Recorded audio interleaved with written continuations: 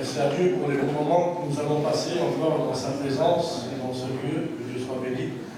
Notre frère ancien me rappelle que nous avons encore des masques à l'entrée, pour ceux qui n'en ont pas, si vous voulez nous en procurer, ils sont juste à l'entrée. C'est vrai que c'est très important parce que le Covid est au revoir et que il vaut mieux être trop prudent que pas assez, on va dire. C'est vrai, c'est très important. Voilà, l'ancien va en chercher, il en a dans sa voiture. Amen. Voilà, merci aux frères de me laisser la place pour pouvoir diriger la réunion, que Dieu soit béni. J'aimerais que l'on chante ensemble, parce que vous avez remarqué que je ne suis vraiment pas un chanteur. J'aimerais qu'on fasse la réunion ensemble dans cette matinée. J'aimerais qu'on chante quelques cantiques ensemble, Amen, dans le Seigneur. Et j'aimerais qu'on chante ce beau cantique qui nous dit Bienvenue Jésus, Amen. Bienvenue Jésus.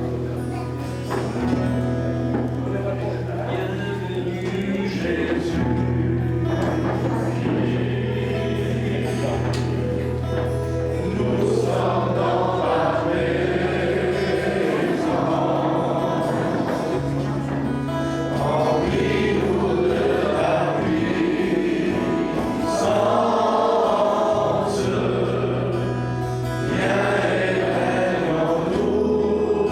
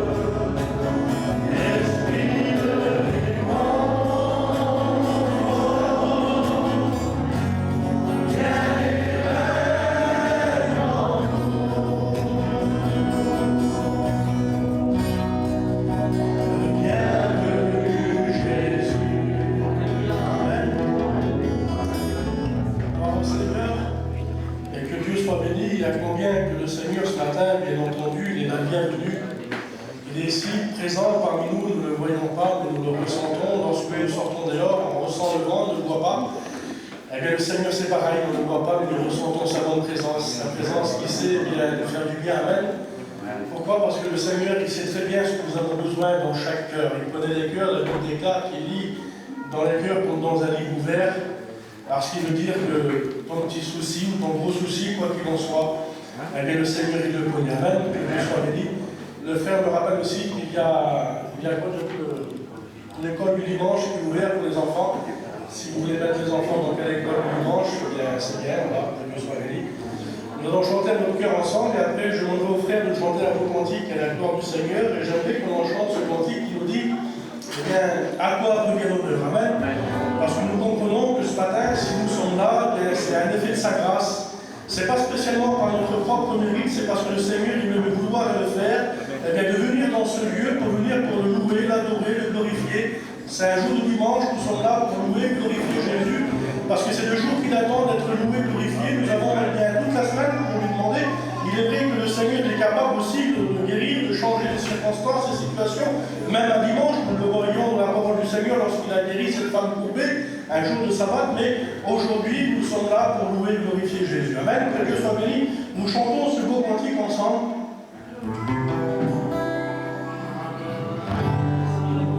Seigneur,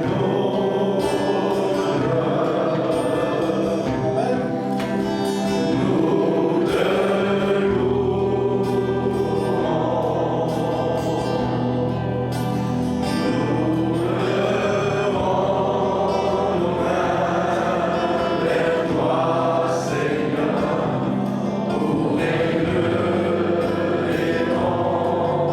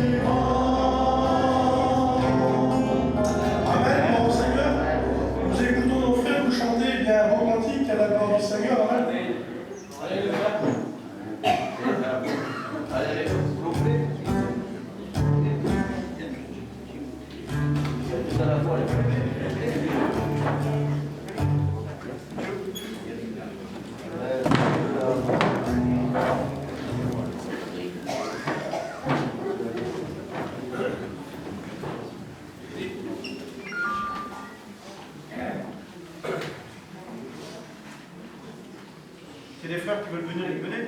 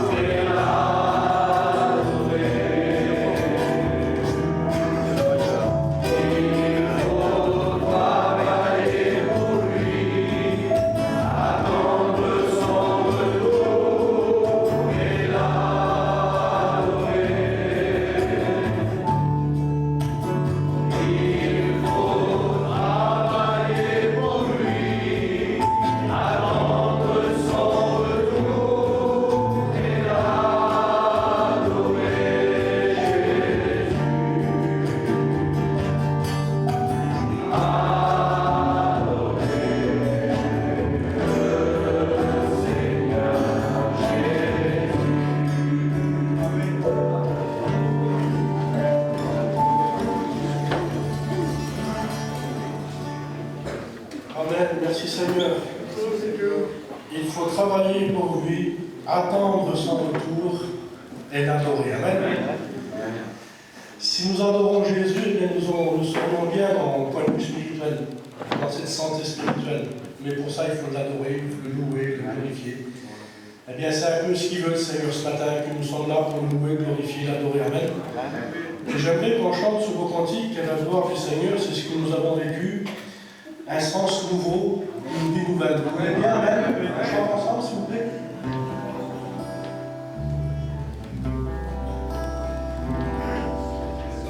Sens nouveau,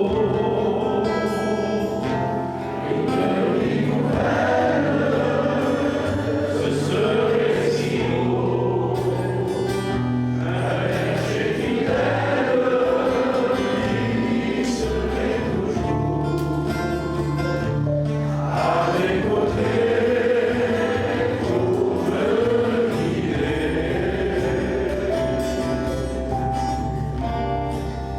Il me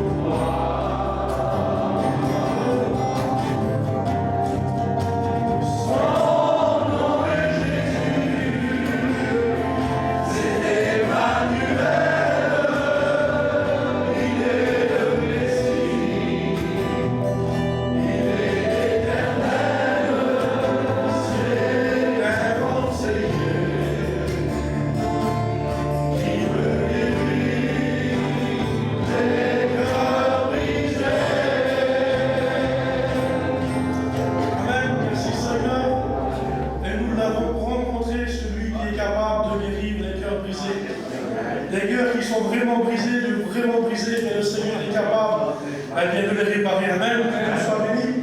Alors comment ne pas l'aimer, ce grand Jésus? Comment ne pas le louer? Comment ne pas le glorifier, celui que nous avons rencontré dans nos vies et qui prend toute la place dans nos vies, qui sait nous faire du bien au moment voulu. Amen. Comment que je l'aime, le Seigneur. Comment qu'il est bon, Jésus. Amen.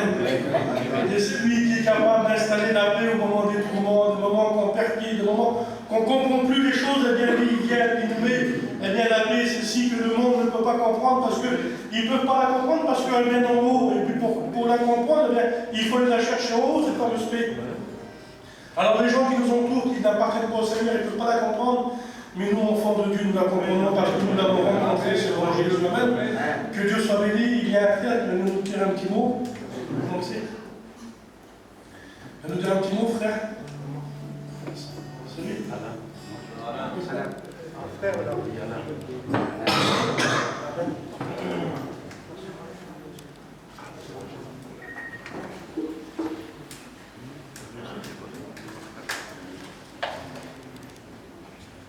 Gloire au Seigneur, je vous salue à tous dans le nom du Seigneur.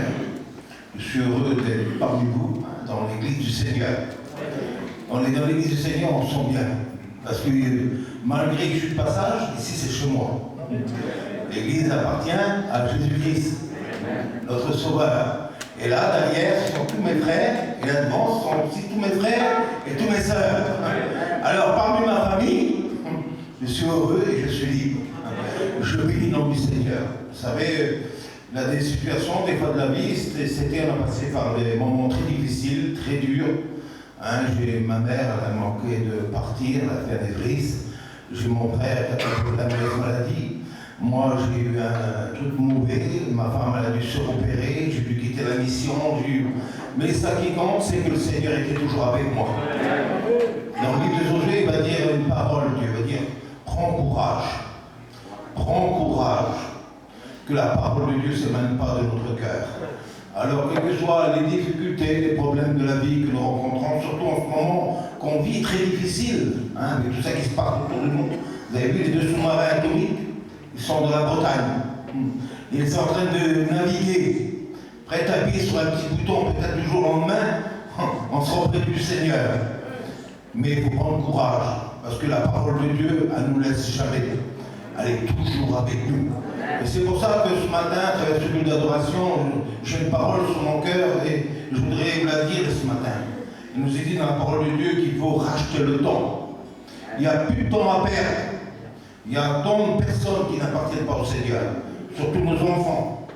Surtout beaucoup de rétrogrades parmi ma famille. Moi je connais beaucoup de rétrogrades qui sont partis loin de Dieu.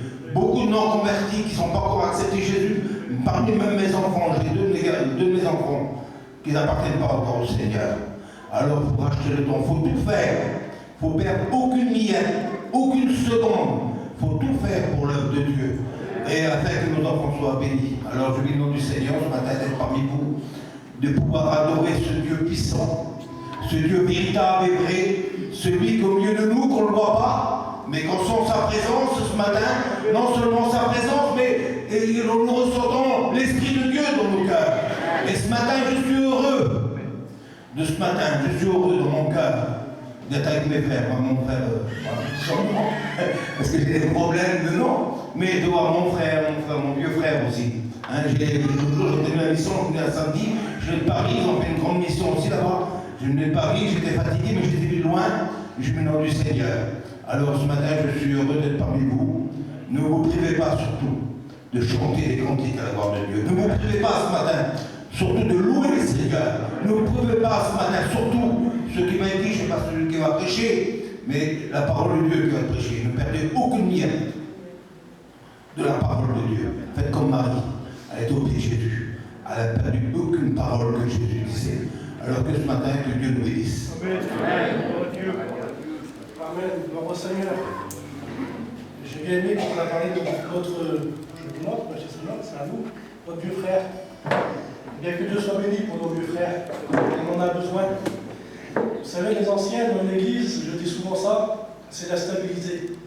Pourquoi? Parce qu'ils voient des choses que nous, jeunes prédicateurs, on ne voit pas forcément. Et puis il y a du vécu derrière tout ça. Alors que Dieu soit béni pour les anciens, nous ne devons pas bien déplacer les bandes anciennes, c'est l'enseignement de la parole, mais nous devons prendre soin de nos anciens. Amen. C'est très important que Dieu soit béni. On va chanter à nos cœurs ensemble, à la gloire du Seigneur. Et puis il y a un frère qui va passer pour récolter les offrandes. Et j'aimerais qu'on chante ce beau cantique qui nous dit « Moi je te loue, moi je t'adore ». On chante ensemble ce merveilleux cantique. Et du temps du chant, il y a un frère qui va passer pour récolter les offrandes. Deux frères. Qu'est-ce que tu passes?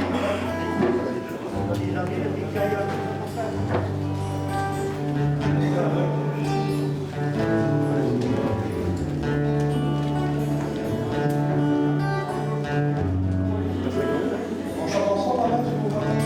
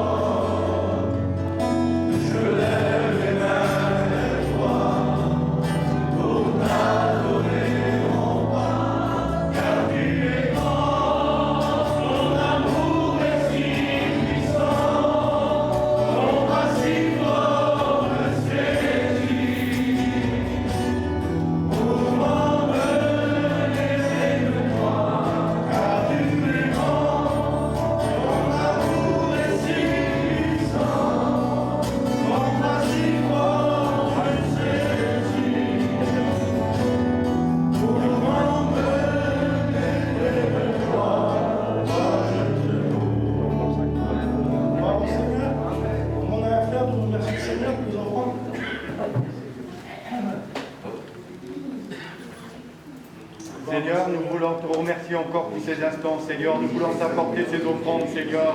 Que ton œuvre, Seigneur, se puisse se multiplier, qu'il puisse se servir, Seigneur. À toi revient toute la gloire. Amen. Amen. Pour mon Seigneur, j'aimerais qu'on chante ce beau cantique qui nous dit « Des ténèbres, tu m'as fait sortir. » Amen. Et dans ta lumière, tu m'as fait venir. Amen. Que Dieu soit béni. Ce beau cantique nous concerne à tous. Et j'aimerais qu'on chante ensemble ce chorale. On a fait ça maintenant, c'est nous, mais qu'est-ce qu'ils chantent? Amen. Que Dieu soit béni. Tu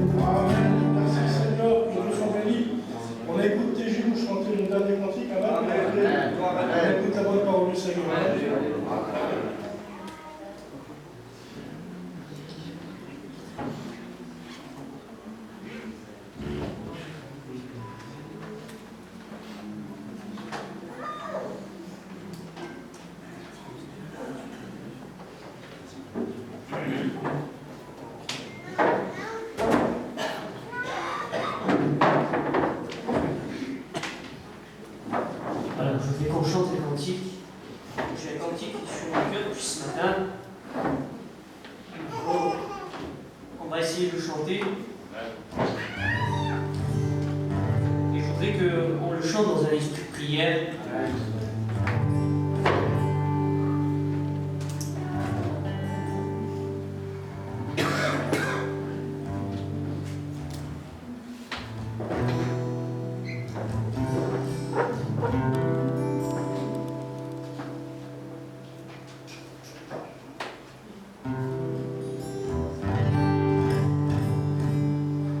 Je lève mes mains pour t'adorer, mon Seigneur.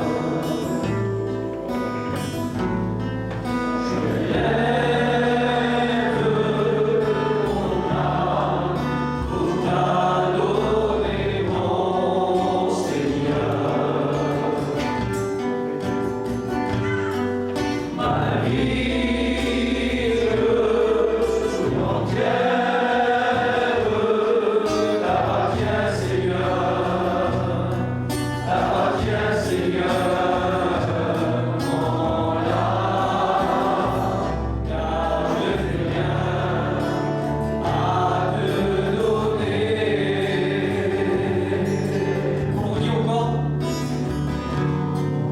je lève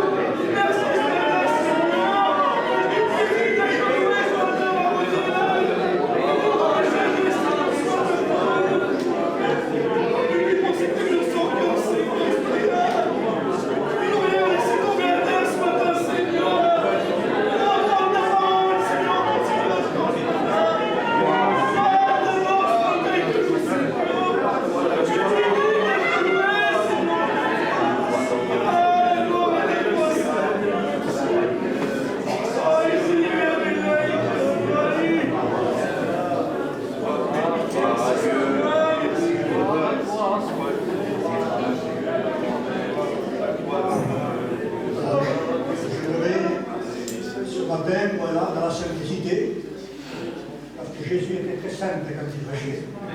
Pas de problème. Tout disciple accompli sera comme son maître. Je ne prétends pas être accompli, mais en fait, on essaye de combattre le bon combat de la foi. Et notre modèle par excellence, c'est Jésus. Ayez le regard fixé sur lui. Il est le chef et le consommateur de la foi. Si des fois vous doutez sur quelque chose, vous doutez en disant est-ce que je peux le faire, oui ou non? Posez la question à vous-même. Est-ce que Jésus le refait? C'est important. Alors si vous dites non, Jésus ne l'aurait pas fait, ne le faites pas. Voilà. J'aimerais donc partager quelque chose dans de bien des combats, des luttes, parce que voilà, c'est pas parce que nous sommes prédicateurs, comme les frères m'ont dit, que je suis un ancien, donc un homme déjà d'un certain âge. Ce n'est pas parce que nous avons vécu et que nous sommes là encore, jusqu'à ce que le Seigneur permette, que nous n'avons pas de problème. Mais la Bible dit que les problèmes, mes amis, les souffrances du temps présent, disait l'apôtre Saint Paul, ne sauraient pas être comparées à la gloire de Dieu qui doit être révélée. Il y a des souffrances, mes frères. Mais dans les souffrances, il ne faut pas baisser les bras. Amen. Si moi, qu'est-ce que je baisse les bras, je suis foutu, excusez-moi de l'expression. Si vous, peut-être un mois de baptême, si vous baissez les bras, bien souvent, on a des tendances à mais lorsqu'on retourne à Dieu comme un enfant prodigue, Dieu est là pour nous relever. Je veux que tout petit puisse rendre grâce. Seigneur, nous voulons te louer, te prier, pour mettre ton messager entre tes mains, Seigneur, celui qui s'y met à part pour toi. Nous demandons dans ta grâce de pouvoir le bénéficier maintenant, Seigneur. On a besoin, Seigneur, que tu nous parles à tous les disques, que tu parles à nos cœurs ce matin. Alors sers-toi de lui comme un instrument utile, Seigneur Dieu. Bénis-le, rends-le de ton esprit tout spécialement ce matin, Seigneur. Utilise-le au nom de Jésus-Christ pour ton Église. Sois, Seigneur, un canal de bénédiction par à travers sa bouche. Merci pour la grâce de Dieu ce matin. Amen. En comptant sur lui, j'aimerais donc porter quelque chose avec l'aide de Dieu. Sur un encouragement pour l'Église. On a besoin d'être encouragé. Mais aussi un rappel. Il y a l'encouragement, mais aussi un rappel. Parce qu'un chrétien, frère, il est responsable de ce qu'il fait. Ce n'est pas un robot, on ne le monte pas avec une clé qui marche comme ça. Un chrétien, il a une conscience. Quand on dit Dieu créa l'homme à son image, ne voyez pas, mes amis, que Dieu créa une physionomie. Il créa, si vous voulez, dans l'image de Dieu invisible, avec une volonté, avec une conscience. L'homme, si vous voulez, il a les attributs en quelque sorte d'une liberté. Et c'est là, mes amis, qu'il faut vraiment prendre garde. Et par rapport à ça, j'aimerais donc apporter cette pensée qui est venue ce matin dans mon esprit. J'ai lutté pendant quelques temps pour apporter quelque chose. Et vous savez, il y en a des messages. Il y a 66 livres dans la Bible. On peut emporter des messages. Mais ça sera que des prédications. J'ai déjà dit qu'il y a des hommes qui apportent le conseil de Dieu. Le mot de Dieu au milieu de nous. Ce n'est pas parce que je prétends l'avoir, le mot de Dieu, que je pense que par la foi, il faut qu'un homme de Dieu aille le message de Dieu. Voilà, il y a eu, si vous voulez, dans le Nouveau Testament, quelque chose qui m'a toujours frappé à ma ressource. Il y a des personnages, que ce soit dans l'Ancien Testament ou dans le Nouveau, comme Abraham, David. Ça a été des hommes remarquables, les prophètes. Dans le Nouveau Testament aussi, il y a Pierre qui est en tête de liste des apôtres. Il y a eu quand même l'apôtre Saint Paul qui a été vraiment un grand missionnaire, 3 grands voyages missionnaires. Il a fondé pas mal d'églises. Il a écrit 13 livres, c'est le plus grand auteur de la Bible en ce qui concerne donc les livres de la Bible. Très écrits. Mais bénissons le nom du Seigneur. là, malgré cela, nous devons constater qu'il y a des cas dans la Bible. Je ne dis pas qu'il faut sélectionner les cas, les personnages, ni les versets bibliques. Tout ce qui est de Dieu est bon, mes amis. Mais il y a un homme ici, qu'on le trouve, ça s'appelle la vie de l'homme. Dans le terme un peu plus classique, si vous voulez, c'est la biographie. C'est-à-dire, c'est la chronologie de l'homme, du commencement jusqu'à la fin. Ça s'appelle la biographie ou la vie de l'homme, pour être plus simple dans le langage de nous voyageurs aujourd'hui.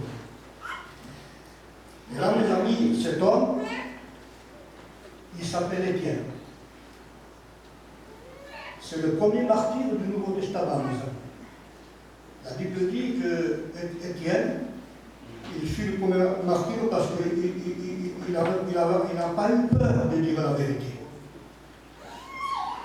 Et quand on lit, si vous voulez, la vie d'Étienne, qui se résume dans les Actes des Apôtres, chapitre 6, qui comprend 6 et 7 des Apôtres, on voit là que cet homme, on ne connaît pas l'origine de sa conversion. On ne la connaît pas. Mais en tout cas, oui, ça je peux vous le dire, je peux vous le garantir. Qu'il est né, si vous voulez, de nous, il est né, si vous voulez, c'est un homme qui avait certainement son âge, qui avait 30 ans, 40 ans, je ne sais pas. Mais en tout cas, il est né biologiquement, c'est-à-dire naturellement. Mais je peux vous dire, mes amis, il est né, ça je peux vous le garantir, qu'il est né dans la dispensation de la grâce. C'est-à-dire après la Pentecôte. Quand il y a eu l'effusion du Saint-Esprit, la Bible dit qu'il y a eu beaucoup des âmes qui se convertirent à Dieu, au Dieu vivant et vrai. Et je pense qu'il en fait le lot, cet homme-là, Étienne, que béni soit le nom du Seigneur. Et là, mes amis, dans les Actes 6 des Apôtres, il nous est dit ceci, qu'il y a eu un problème avec les hellénistes et les Hébreux. Car les veuves étaient négligées parce qu'il y avait des diacres à l'époque qui faisaient des dispositions pour l'époque. Et puis il y avait les hellénistes qui avaient vécu en dehors de la Palestine, et qui étaient juifs. Et puis, je ne sais pas, quelle maladresse il y a eu au niveau des diacres, et puis les apôtres, ils n'étaient pas au courant, mes amis. Parce que des fois, les serviteurs de Dieu, tout petits, on n'est pas au courant de tout. Mais quand il y a un problème, il faut, avec l'aide de Dieu, l'affronter. Béni soit le nom du Seigneur, ce n'est pas parce qu'on dit la vérité qu'on est des pécheurs. Parce qu'aujourd'hui, si on dit une vérité, ça y est. Alors quand on fait des éloges, tout ça, alors on est les meilleurs des prédicateurs. Mais regardez, il est mort lapidé, mon père, parce qu'il a dit la vérité. Jean-Baptiste, il est mort, décapité, parce qu'il a dit la vérité. Et aujourd'hui, mes amis, je vous le dis, ça va être agressif. Il faut l'amour dans la vérité. Parce que par exemple, le disait, mes amis, un homme qui a l'amour et qui prêche l'amour et qui vit dans l'amour de Dieu, s'il n'y a pas de la vérité, vous savez ce qu'il disait par exemple, et c'est la vérité, c'est de la faiblesse. Vous savez, si vous avez des enfants, je pense que la majorité, vous avez fondé des foyers. Si vous avez des enfants qui font des choses qui ne vont pas, si vous le laissez comme ça, je ne sais pas, je comprends pas. Mais si vous avez des enfants que vous les aimez, et s'il faut les affranchir, il faut dire la vérité. Béni soit le nom du Seigneur. Et là, eh bien, il est né de nouveau sous la période de la dispensation de la grâce. Parce que la loi a été donnée par Moïse, mais la grâce et la vérité sont venues par Jésus. Jean, 1er chapitre. Et là, cet homme, mes amis, il est là, il y a un problème. Et les apôtres, quand ils sont au courant de ce problème, parce qu'il y en a des problèmes, mes amis, ce n'est pas parce qu'un chrétien il est converti, mais de nouveau, ou prédicateur, responsable, ou même un président, qu'il n'y a pas de problème. Mais lorsqu'il y a un problème, c'est Dieu qui est au courant de toutes choses, parce qu'il est souverain. Mais après, il y a aussi les représentants. Les représentants, c'est des hommes de Dieu. Ils ont reçu le ministère. Parce que le mot ministère, ça veut dire administrer. C'est pas simplement prêcher après tout le temps, ça va pas. Hein. Non, non. C'est administrer, ça veut dire arranger, surveiller, solutionner avec l'aide de Dieu. Et là, les des apôtres, ils vont être confrontés à un problème et puis ils vont dire oh là là là, oh là là, il ne faut pas qu'il y ait ça. Hein. Il ne faut pas qu'il y ait un distribué parmi l'Église. Il ne faut pas qu'ils disent voilà, l'Église, il fait partie de. Voilà, ils font des partis pris. Non, non, non. Il faut solutionner le problème. Alors, ils présentèrent ce cas à l'Assemblée de Dieu, parce que c'est normal, parce qu'un prédicateur n'est pas tout seul. Il compte sur l'Église du Seigneur, ce n'est pas un dictateur, mais il compte sur chaque chrétien. Il ne fait rien en imposant, mais il fait des choses dans la communion, un prédicateur. La Bible dit qu'il proposait quelque chose, et si vous voulez, dans le texte, si vous voulez, sur le livre, vraiment le texte, il nous dit que l'Assemblée a voulu faire quelque chose. Et là, mes amis, regardez ici. Il nous est dit ici dans Actes 6 et au verset 5, je ne lirai pas tout le chapitre pour essayer de gagner un peu de temps, parce que j'ai pas mal de choses à dire, je ne sais pas si j'arriverai, au terme de ce que Dieu a mis dans mon cœur, parce qu'en soi, chaque point est un message.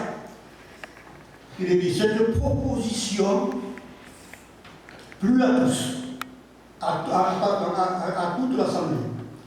Et regardez ce qu'il dit ici. C'est étonnant quand même. Hein? Il y en a 7 qui ont été élus, mais je veux m'arrêter sur ce personnage-là, Étienne, qui veut dire couronne, symbole de la récompense. Hein? Ils élurent Étienne, homme plein de foi, d'esprit. Ils élurent Étienne plein de foi et d'esprit. Et là, mes amis, quand ils ont élu Étienne, ce n'est pas parce qu'il faisait mieux le travail que les autres, il faisait le travail, parce qu'on va le voir tout à l'heure. Hein. Mais ils n'ont pas regardé l'apparence, si vous voulez, de ce qu'il faisait. Ils ont constaté qu'Étienne, ce n'était pas un religieux. Parce qu'aujourd'hui, mes amis, sans vouloir juger personne, il y en a beaucoup de religieux. Il y en a beaucoup qui disent, si je ne veux pas à l'Assemblée, voilà, et qu'ils ont une vie, je m'excuse de l'expression, qui ne correspond pas toujours à l'évangile de Jésus-Christ.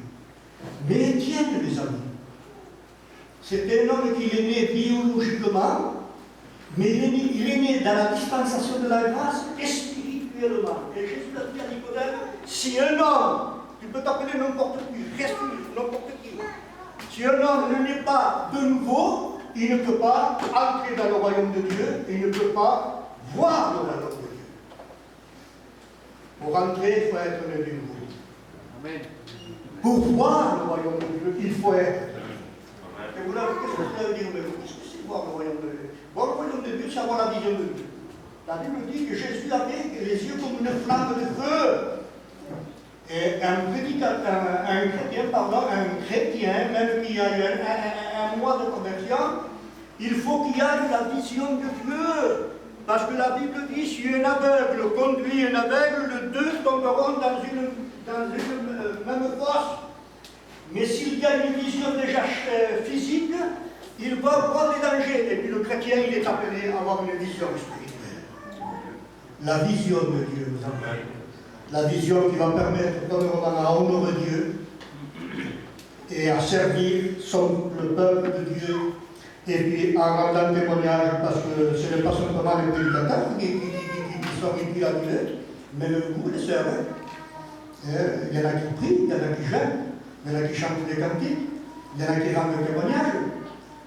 La Bible dit que dans le dernier temps, l'Esprit, il serait répandu sur les serviteurs pour prier et sur les servantes. Et Anne, qui avait quand même un âge, il servait le Seigneur dans le jeûne de la prière. Donc, prier et jeûner, mes frères, ça fait partie du service de Dieu. Pas peut-être du ministère, hein, certainement pas. Mais ça fait partie du service de Dieu. Et là, cet homme, il est né de Dieu. Et en étant né de nouveau, ça se fait. Celui qui est né de nouveau, mes amis, ne sonne pas de la trompette de la vie. En disant, regardez, je suis né de nouveau, il s'éloge. Non, non. La Bible dit que notre te loue, mais pas ta langue. Et des fois, pour moi, on se loue. Hein. Je fais ça. La Bible dit que ta main droite ne sache pas ce qui fait ta main gauche. Et aujourd'hui, lorsque tu jeûnes, parfume ta tête, lave ton visage, mais il y en a qui font, qu'est-ce qu'il y a? Voilà, avait le visage un peu comme ça, ça va être rasé. Non, mon frère, fais-le devant Dieu. Et ton père qui voit le secret de l'âme. Et Étienne, il avait cette morphologie, et cette qualité, si vous voulez, de l'homme né de Dieu.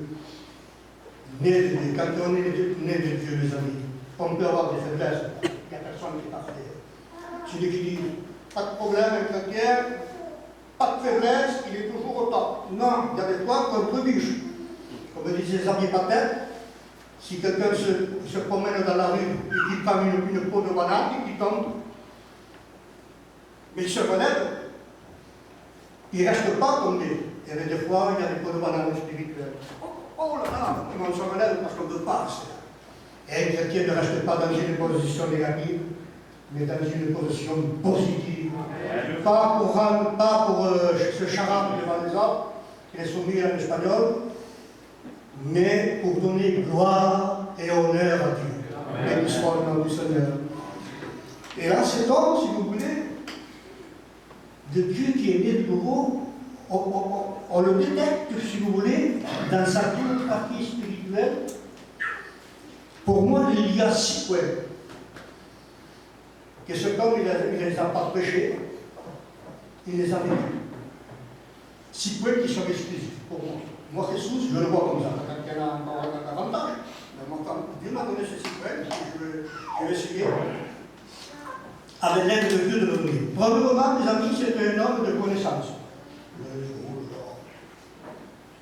Non, c'est un homme de connaissance. La Bible dit que la connaissance ancre l'esprit vivifie. Et lui, il a dit une connaissance, si vous voulez, théologique, mais en même temps, si vous voulez, sa connaissance théologique, c'était après, il était, si vous voulez, dans la connaissance de Dieu.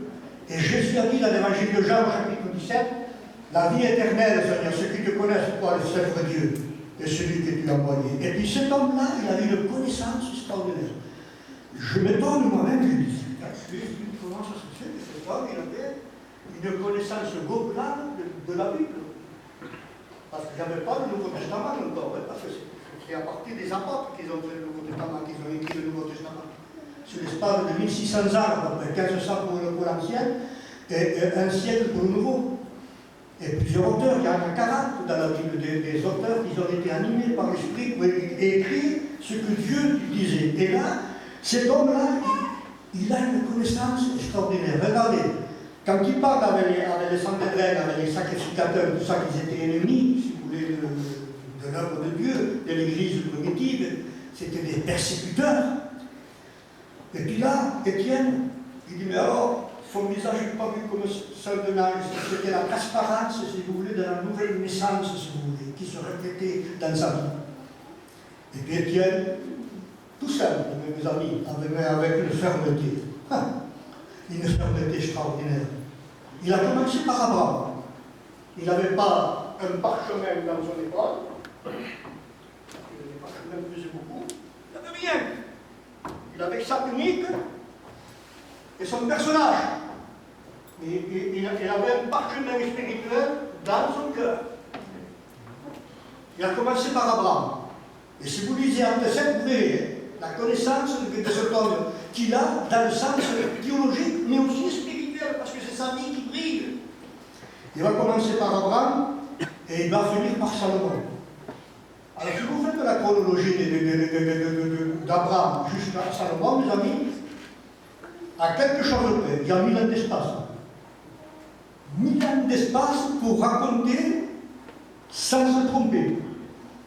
Mais il détaille tout.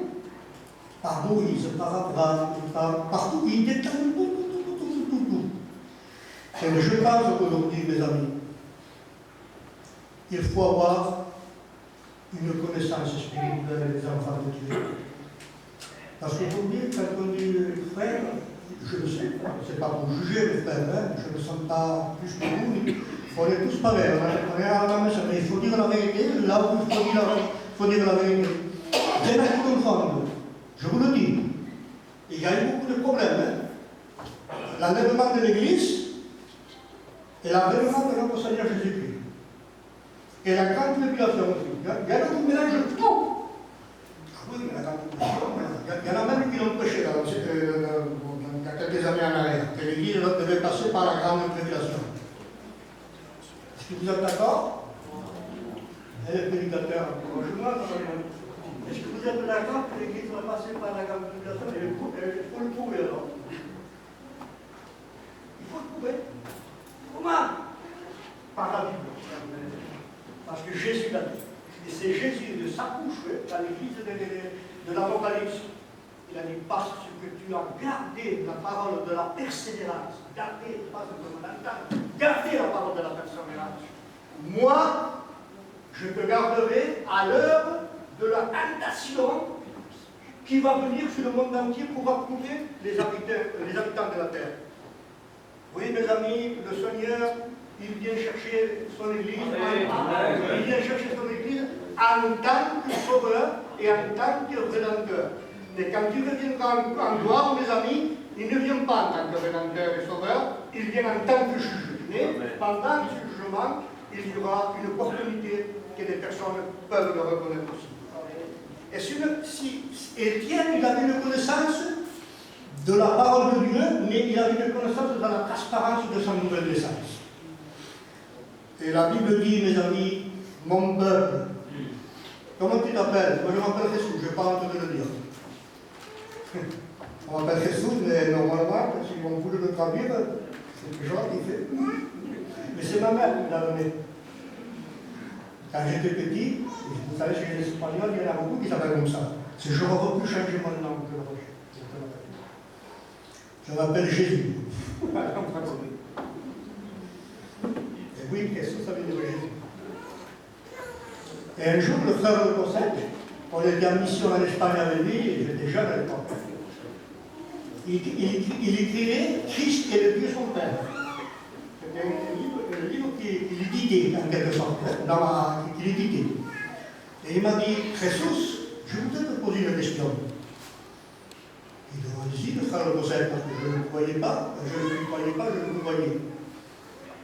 Il m'a dit, quand tu t'appelles Jésus, est-ce que ça te fait quelque chose?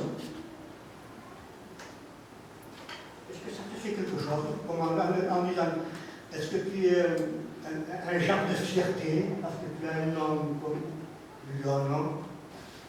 Moi, quand on m'appelle Jésus, c'est comme on m'appellerait n'importe quel nom, ça ne me fait rien du tout. Il a été content et puis il a écrit. Après, quelques années plus tard, j'ai lu le livre de le frère qui s'appelle Christ le Dieu son Père. Et le témoignage de ça, c'est moi. Il avait écrit cela en disant qu'il m'avait posé cette question. Béni soit le nom du Seigneur. Donc, la connaissance, comme j'ai dit, le peuple meurt faute de connaissance. Vous savez, dans les psaumes 1er, il dit ceci. Heureux l'homme qui ne marche pas sur le conseil des méchants, qui ne s'arrête pas sous la compagnie des moqueurs, qui ne s'assied pas, si vous voulez, en compagnie des personnes, mais qui trouve son plaisir dans la loi de l'Éternel. Qui la médite quand on a le temps, non, jour et nuit. Il sera comme un arbre planté près d'un courant d'onde, le fait quand il fait petit point, tout ce qu'il fait de réussir. Il n'est pas ainsi le charmissant comme le vent, comme la paille que le vent d'ici. Mais vous savez qu'est-ce que ça veut dire le mot militer dans le texte original? Ça ne veut pas simplement le dire, parce qu'il faut dire. Ça veut dire, le mot militer veut dire murmurer, parler à voix basse, comme les Juifs. Ils prennent la Torah et puis ils arrêtent comme ça à voix basse. Eh bien, une chrétienne, mes amis, un enfant de Dieu, un pasteur, un responsable, un étudiant, il faut que cette parole, on puisse la murmurer tous les jours. Même si tu conduis, que tu es les femmes qui font la cuisine, le ménage, il faut toujours repasser comme mari cette loi de l'Éternel dans notre cœur qui est une loi spirituelle. C'est un homme de connaissance qui est le reflet de sa nouvelle naissance. Une connaissance, mes amis, qui glorifie Dieu, qui honore Dieu. Après, le deuxième point, et là, mes amis, c'est très difficile parmi le peuple gitan, mais ça fait partie de la vie chrétienne. C'est un homme humilié, un homme humble. Vous allez me dire, frère, qu'est-ce que ça veut dire être humble? Il faut être gentil. Il y en a qui sont gentils, mais après, voilà, on les entend toujours parler de tout. En vérité, de tout. Je fais ci, je fais là. Sur le fait pour ramener le témoignage, ce n'est pas un problème. Mais il y en a qui parlent du matin au soir, je vous le dis, en vérité, du matériel. Je fais ci, je fais la peinture, je fais la dégage, et l'autre, peut-être, là, il y a une voix,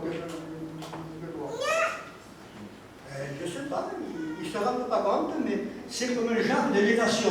La Bible dit que nous devons faire attention, parce que celui qui peut humilier ses dieux, et celui qui fait donc élever ses dieux. Faisons attention dans notre conversation de frères. Un chrétien ne parle pas comme un païen. Un chrétien parle comme on doit parler un homme spirituel qui ne parle spirituel. Regardez si l'apôtre Saint Paul avait en perspective, si vous voulez, peur, si vous voulez, de l'orgueil, pas peur, mais il était craintif. Il ne voulait pas tomber dans cette impasse-là.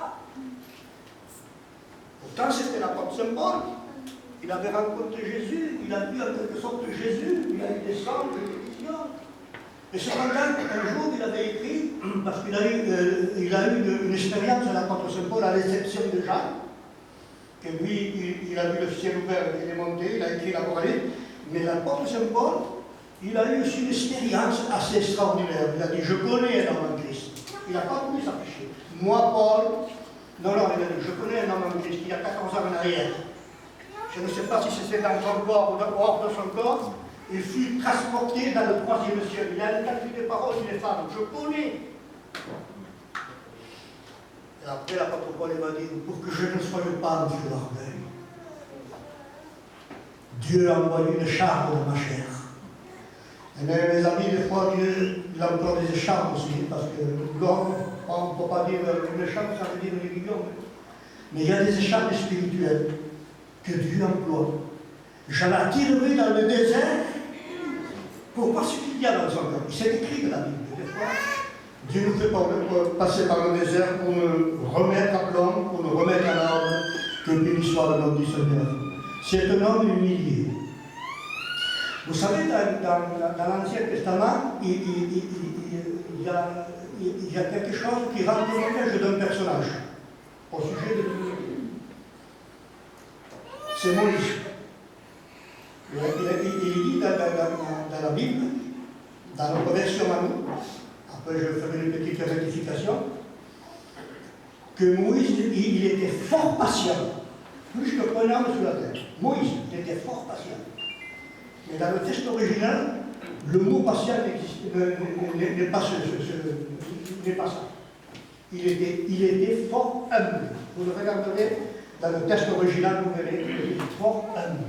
Et c'est pour cela qu'il avait du succès, mes amis. Il était vraiment un homme qui était écouté, un homme qui ne se charabait pas, avec esprit soumis. Il était humble. Et la base de l'humilité, mes amis, elle est normalement. Et si c'est pas mal, moi, des fois, ça m'arrive, il a complètement le Saint-Esprit.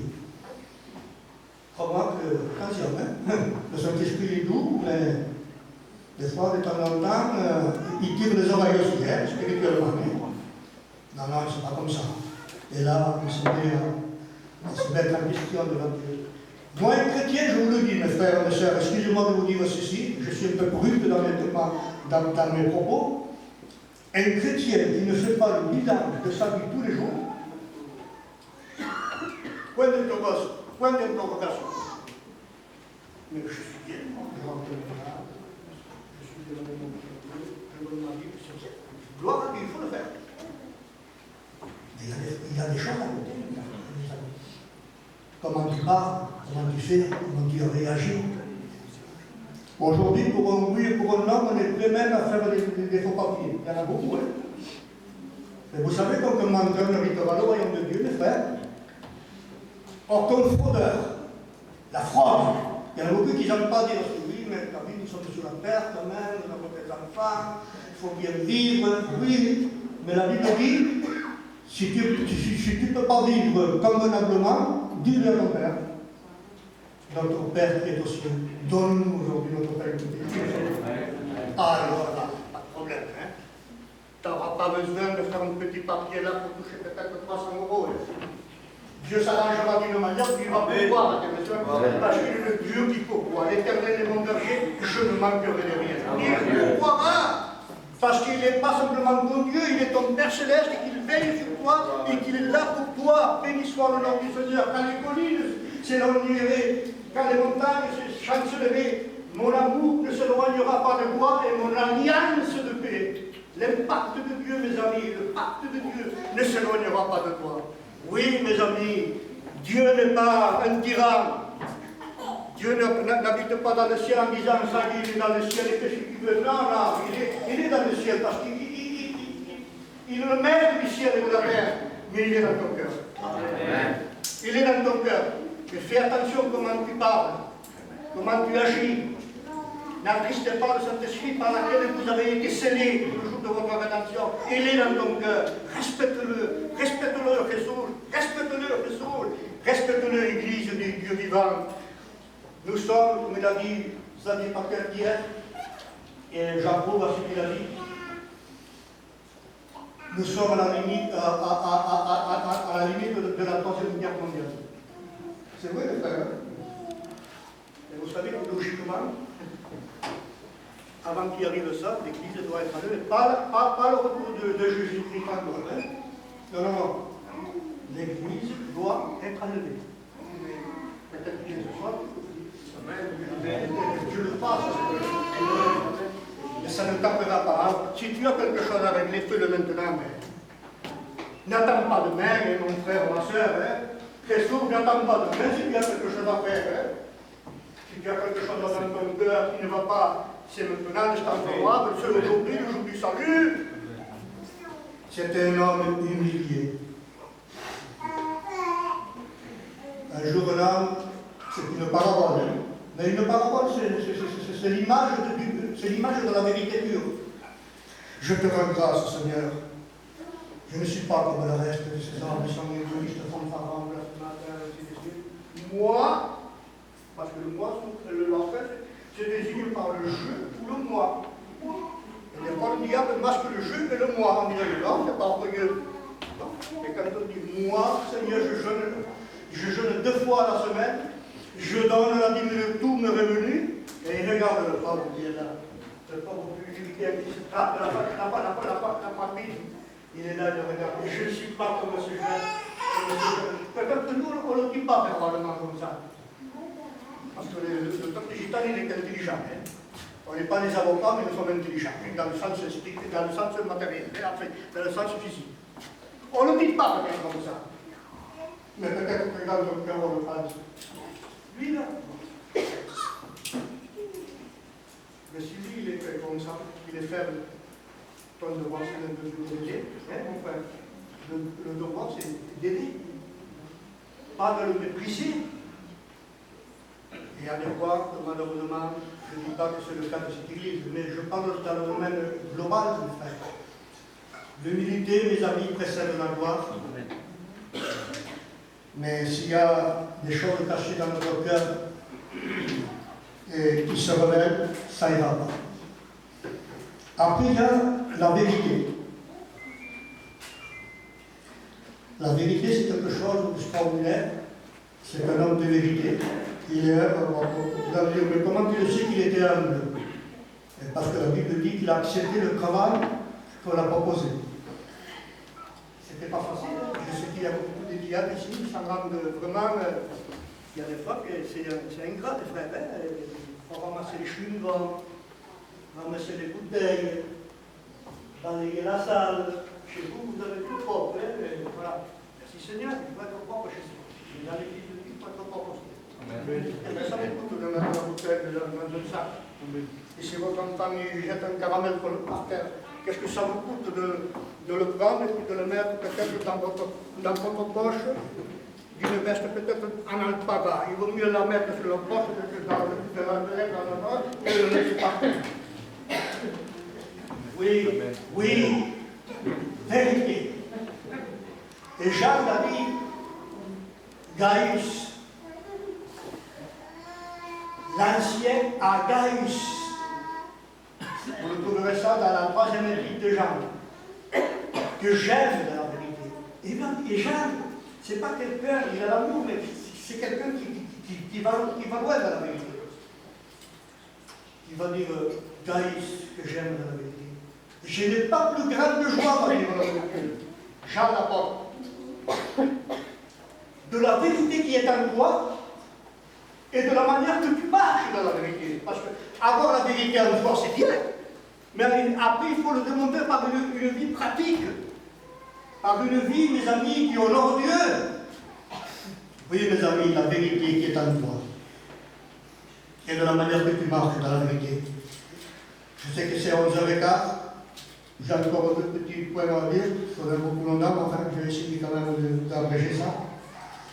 C'est un homme de pardon aussi. Oui. Mais avant de dire l'homme de pardon, je dis que c'est un homme de témoignage. Je dis plein d'esprit et plein d'esprit et plein de foi et d'esprit. Et je vous l'ai dit tout à l'heure, c'était le secret d'Étienne. Il a pas sonné de la trompette, mais c'est une vie qui a été vécue comme ça, et on le voit dans son parcours, dans sa biographie. C'est un homme de bon témoignage. Vous savez ce que je dis souvent, moi, Jesus? Je pense que je ne suis pas loin de la vérité. On peut prêcher comme on connaît. Que tout le monde dit, c'est pas possible, Seigneur Jésus-Christ, comment il prêche cet homme? Il y en a qui ont des talents d'être des grands orateurs, et c'est bien. Merci Seigneur qu'il y a des orateurs. Mon frère était parti auprès du Seigneur, Jimmy. Alors, quand moi quand je les entendais, cette fois-là, j'étais surpris. C'est bien ça. Et il faut qu'il y ait des hommes comme ça. Mais vous savez s'il n'y a pas de témoignage. Oui, Jésus, oui. Moi, je ne prêche pas comme eux, on ne m'aime pas du tout. Je ne suis même pas digne de la couronne de ces esprits, de ces amours de Dieu. Mais ce qui compte, mes frères, il vaut mieux dire peu de mots et avoir peut-être, on va dire, une petite activité dans le Seigneur, mais avoir un bon témoignage. Parce que si en prêchant là, et un peu je m'enlève la veste dans le marché, il y a un qui ont fait.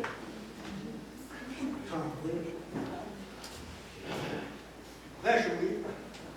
Il a levé sa veste au marché pour un mettre quelque chose là. Il y en a qui lèvent beaucoup la veste. Hein. Les femmes, je ne sais pas comment le dire, mais les hommes, hein, en tout cas, conservez-vous. Hein. Il y en a des vestes levées. Remettez les vestes, s'il vous plaît. Et puis, là, comme ça, il faudra que je tape le bouton. Mettez les vestes. Oui, mes frères. Mettons les vestes spirituellement. Un homme de pardon. Il bénisse par le nom du Seigneur. Et je termine parce que je ne voudrais pas être ennuyeux. Un serviteur de Dieu doit être là, il va voir aussi le contexte du peuple. Ce n'était pas le problème de Moïse. Moïse, il prêchait le matin jusqu'au soir. Vous le trouverez dans le livre d'Exode, je pense que c'est chapitre 18, si ma mémoire est bonne. Et l'apôtre Saint Paul, à la chambre, là, quand il est tombé par terre,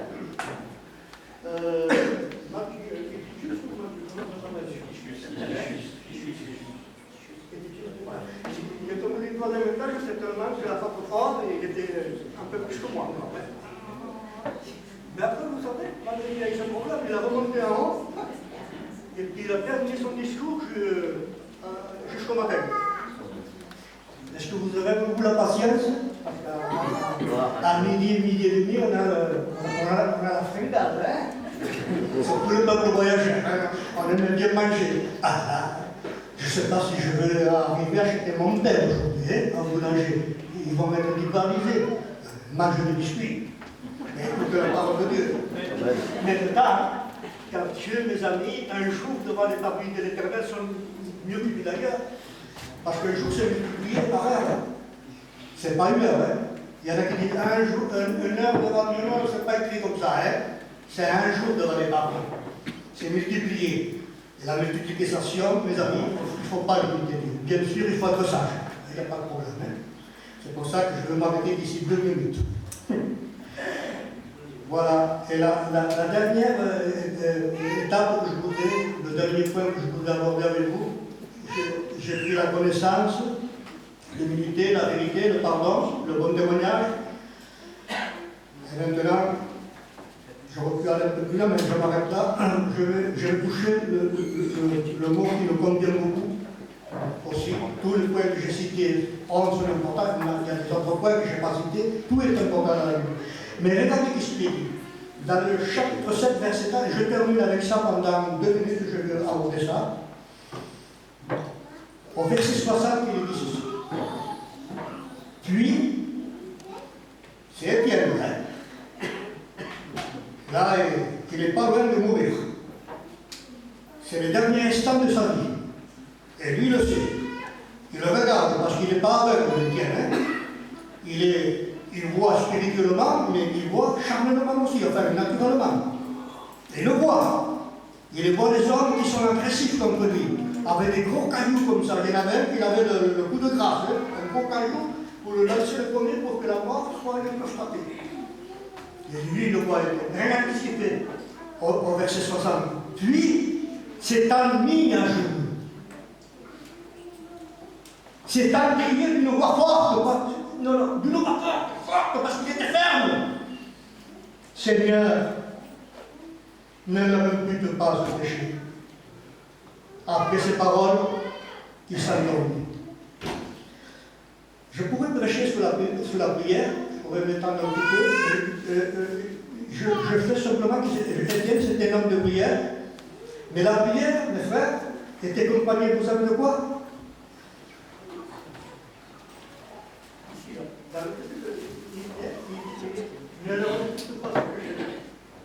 Ça veut dire que la prière, mes frères, il était accompagné du pardon.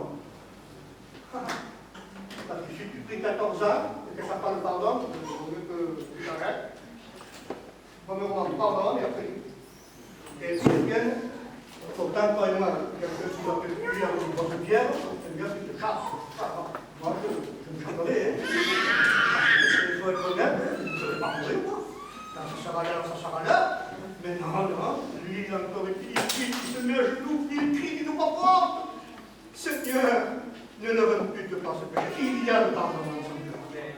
Mes frères, la Bible dit, serrez les sandales de vos pieds, fermez vos chaussures. Celui qui ne pardonne pas de tout son cœur à son frère, Dieu ne le pardonnera pas non plus. C'est écrit dans la Bible. Qu'est-ce que vous dites dire? Si c'est Dieu, qu'est-ce que vous voulez que je fasse quand je dis que je la prière? Moi, j'en ai besoin, je suis passé par là. Peut-être que je rentre mon témoignage. Tout ce que j'ai passé par là, je me prends Chaval ce matin, je vais prêcher l'évangile. Mais je sais que dans mon cœur, il y a le pardon. Ça, c'est pourtant pas une bonne cœur. Il y a le pardon. Pose-toi la question, ma soeur, là-bas, qui est au fond. Droite, gauche, au milieu, frère. Regarde-toi à l'intérieur de toi-même. Parce que l'homme regarde ce qui frappe les yeux. Ah, quel âme, avec 85, 35 kilos, une voix de tonnerre. C'est ça, on est comme ça, les gitanes, les manouches, l'être humain, on est comme ça. Mais la Bible dit que Dieu regarde. Dieu a regardé, mes amis, un petit David au teint clair, et c'était un enfant. Il a regardé son cœur, il a dit, j'ai choisi David, homme sur mon cœur, qui accomplira tout mon œuvre. Mes frères, regardons dans notre cœur ce matin, je me mets moi le premier devant vous. Est-ce que je parle? Est-ce que je m'excuse de dire ça? Est-ce que je parle à ma belle-mère? Est-ce que je parle à ma cousine? Est-ce que je suis bien soutien avec mon frère et ma soeur dans l'Assemblée. Je vais aller loin. Voilà, c'est de la terre, pour Dieu.